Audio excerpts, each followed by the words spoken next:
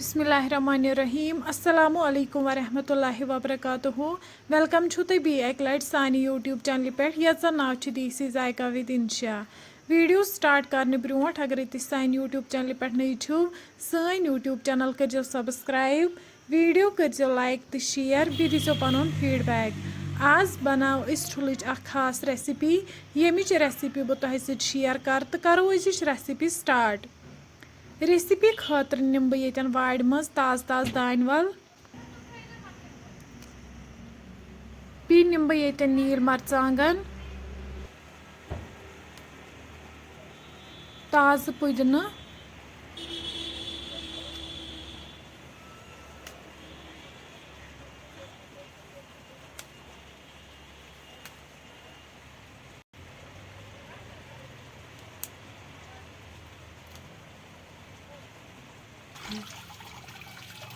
One छल बह यह पुदीना दान वल तो नील मरचांगन असल पे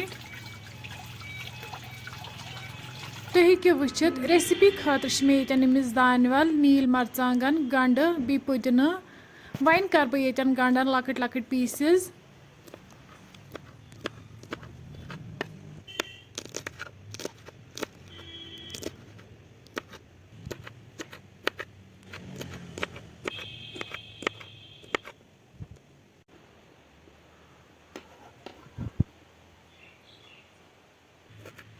बी निम बह ये वन दान वल अत कर बह न्युक न्युक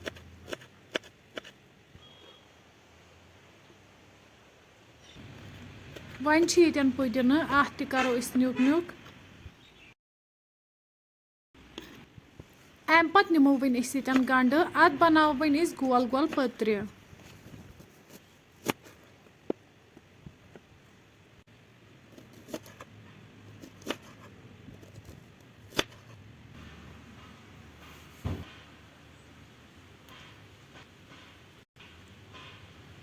तुम हेको वुचित सारी सब्जी मकलो चॉप कर वन ये ठूल चोर यम फुटराहोक वन अकिस बाउल मज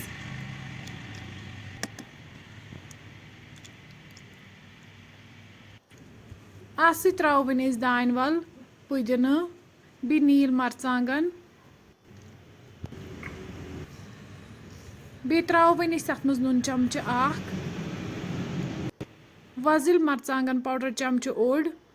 यम सारी इंग्रेडिएंट्स करहोक वन असल पे मिक्स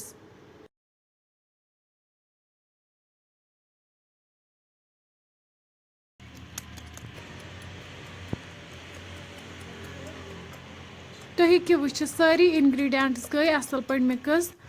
अम पत थो वन दानस पे कड़ाई अत मज त्रो वन तेल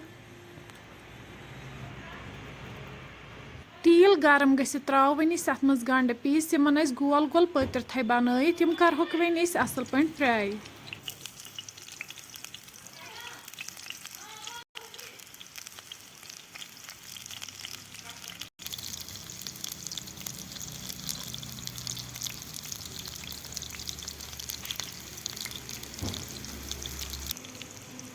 तुम हेको वुचित अक साइड फ्राई गमित वन करहोक बी साइड ते इथे पे फ्राई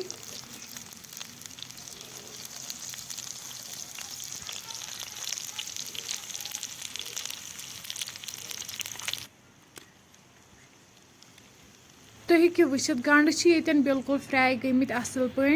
अम पत त्रो वन ठुलुक मिक्सचर अथ मज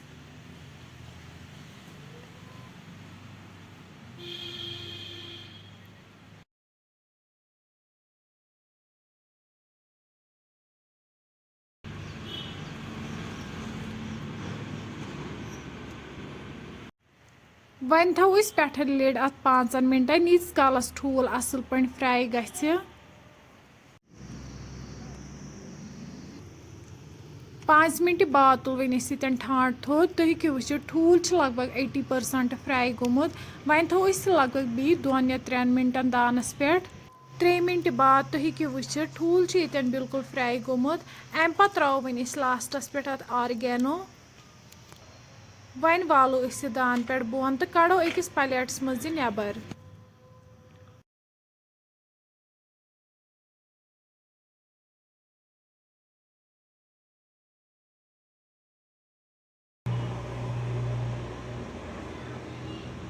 फ्रेंड्स तुम हेकियो वुचित येतन छ ये सानी रेसिपी बिल्कुल तैयार।